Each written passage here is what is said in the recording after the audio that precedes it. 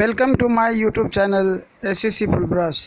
Friends, मैं Ashok sir Anjali coaching centre Phulbras में आपका स्वागत करता हूं।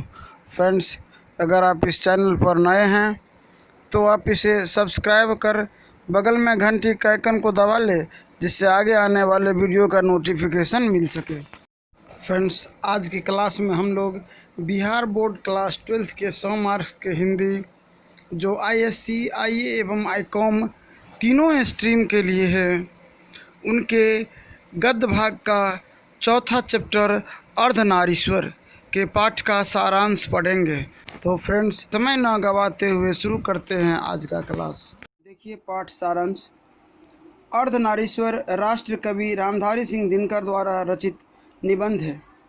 इस निबंध के माध्यम से वे बताते हैं कि नर और नारी पूर्ण रूप से समान है एवं उनमें एक के गुण दूसरे के दोष नहीं हो सकते, अर्थात नरों में नारियों के गुण आए तो इससे उसकी मर्यादा हीन नहीं होती, बल्कि उसका पूर्णता में वृद्धि होती है। दिनकर जी बताते हैं कि आज ये रूप कहीं देखने को नहीं मिलता है। उनका मानना है कि संसार में सर्वत्र पुरुष और स्त्री है। वे कहते हैं कि नारी समझती है कि पुरुष के गुण सीखने से उसके नारित्व में बट्टा लगेगा। इसी प्रकार पुरुष समझता है कि स्त्रियोचित गुण अपनाकर वह स्तरयन हो जाएगा। फ्रेंड्स, रामधारी सिंह दिनकर कहते हैं कि नर में नारी का गुण या नारी में नर का गुण होना कोई गलत बात नहीं है। ये उसे पूर्ण बनाता है, एक दूसरे का पूरक बनाता है।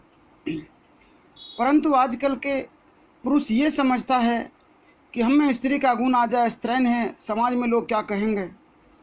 परंतु महिला भी इसी तरह सोचती है, अगर हम में पुरुष का गुण आ जाए तो हम अपने नारी का गुण खो देंगे। आगे दिनकर जी इस विभाजन से दुखी है।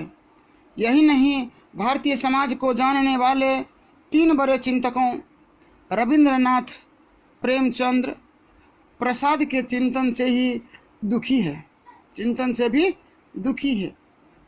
दिनकर मानते हैं कि यदि ईश्वर ने आपस में धूप और चांदनी का बंटवारा नहीं किया तो हम कौन हैं आपसी गुणों को बांटने वाले।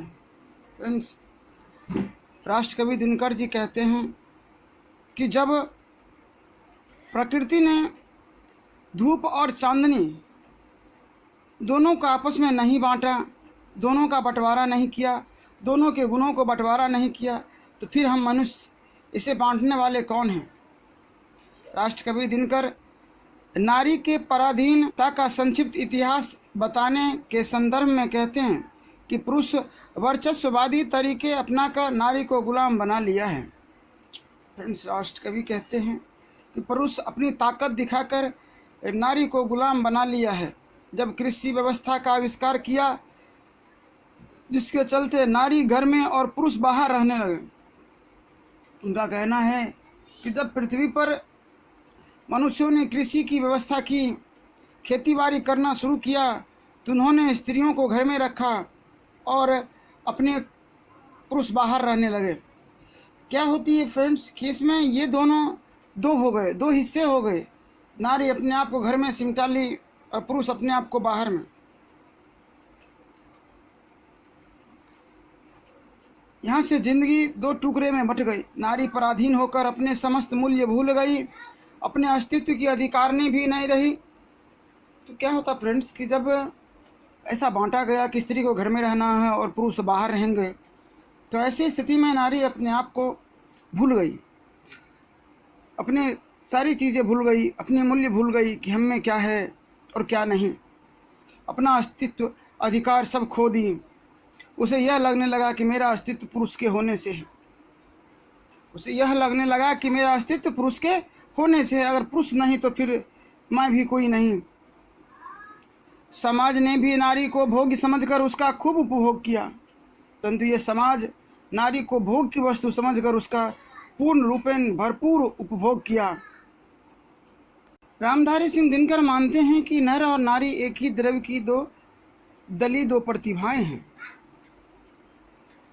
रामधारी सिंह दिनकर मानते हैं कि नर और नारी अर्थात पुरुष और स्त्री एक ही द्रव्य की एक ही पदार्थ की दली दो प्रतिभाएं हैं, बनी एक, मतलब उसका कहना है कि एक ही पदार्थ की बनी दो प्रतिभाएं हैं, जिनसे जिनसे पुरुष, जिसे भी पुरुष अपना कर्म क्षेत्र मानता है वह नारी का भी कर्म क्षेत्र है। इसमें है क्या कि पुरुष का जो कर्म क्षेत्र है नारी का भी वह कर्म क्षेत्र है। अतः अर्धनारीश्वर केवल इसी बात का प्रतीक नहीं है कि नारी और नर जब तक अलग है तब तक अधूरे हैं, बल्कि इस बात का भी कि जिस पुरुष में नारीत्व की ज्योति जगे, बल्कि यह कि प्रत्येक नारी में भी पौरुष का स्पष्ट आभास हो। फ्रेंड्स, राष्ट्रकवि रामधारी सिंह दिनकर जी मानते हैं कि नर और नारी एक ही पदार्थ की दो प्रतिभाएं, दो भाग हैं, दो किनारे हैं। जहाँ पुरुष का कर्म क्षेत्र है वही नारी का भी कर्म क्षेत्र है। अतः अर्धनारीश्वर केवल इस बात का ही प्रतीक नहीं है। अर्धनारीश्वर का अर्थ है फ्रेंड्स कि आधा नर और आधी नारी, आधा नर और आधी नारी। मेन रूप से इसमें भगवान शंकर के अर्धनारीश्वर रूप का वर्णन किया गया है। उसी के आधार पर ये अर्धनारीश्वर की बात की गई है। कहने का अर्थ है कि नर और नारी जब तक अलग है तब तक वे अधूरे हैं, बल्कि इस बात का भी द्योतक है कि जिस पुरुष में नारीत्व की ज्योति जगे, बल्कि यह कि प्रत्येक नारी में भी पौरुष का स्पष्ट आभास हो। लेखक का यही कहना था कि नर और नारी जिंदगी के दो भाग हैं। जब तक दोनों साथ साथ है तब तक ज़िंदगी बेहतर है, और जब दोनों अलग हो गए तो एक दूसरे से अधूरे हो गए। फ्रेंड्स, उम्मीद करते हैं कि आपको ये पाठ का सारांश, जो ये अर्धनारीश्वर चैप्टर है हमारा, इस पाठ का सारांश समझ में आया होगा, अच्छी तरह से समझ में आया होगा। तो फ्रेंड्स, यदि ये वीडियो आपको अच्छी लगे तो लाइक करें, कमेंट्स करें, अपने दोस्तों को शेयर करें। मिलते हैं अगले वीडियो में हम ऑब्जेक्टिव क्वेश्चन लेकर, इस चैप्टर का ऑब्जेक्टिव क्वेश्चन लेकर। तब तक के लिए जय हिंद, वंदे मातरम। Thanks for watching.